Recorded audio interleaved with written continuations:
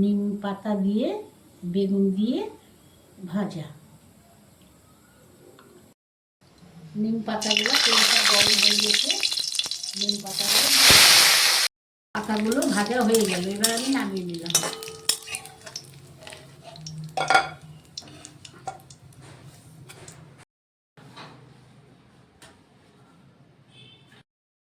এবার কালো জিরে ফোড়ন দিলাম,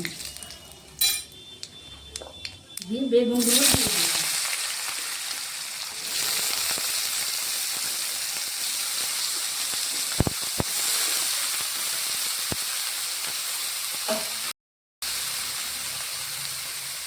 লবণ দিয়ে দিলাম, সামান্য হলুদ দিয়ে দিলাম, 4-5 দানা চিনি দিয়ে দিলাম।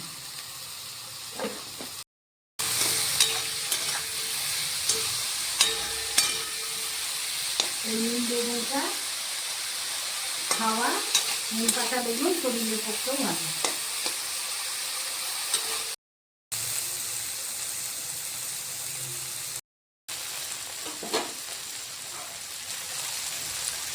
বেগুনগুলো ভাজা হয়ে গেল, এবার পাতা ভেজে রেখেছিলাম, এই পাতাগুলো দিয়ে দিলাম।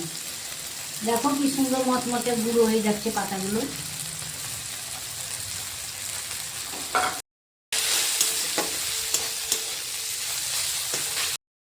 এবার আমি বেগুন হয়ে গেল, নামিয়ে নিলাম।